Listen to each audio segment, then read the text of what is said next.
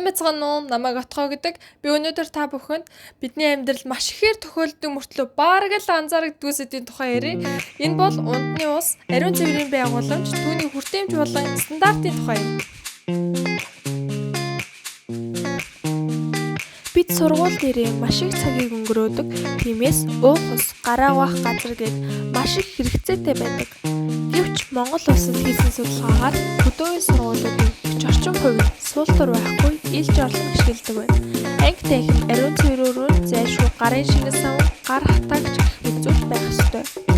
Хэрвээ ариун цэврийн асуудал муу байвал хүүхдүүдийн дунд гараа угаагүйгээс өвчин нэмэгддэг байна. Судалгаагаар сургуулийн сурагчдын 30-40% нь унтны усаа гэрээсээ авчирдаг байна.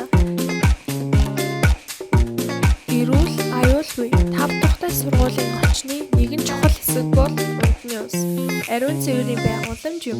Хэрвээ эдгээр стандарт хангагдсан бол сурагчдын эрүүл мэнд суралцах таатай орчин бүрддэг. Иймээс бид бүгдээрээ ариун цэврийн байгууламж, цэвэр усны хүртээмжийг сайжруулахад анхаарлаа хандуулах хэрэгтэй.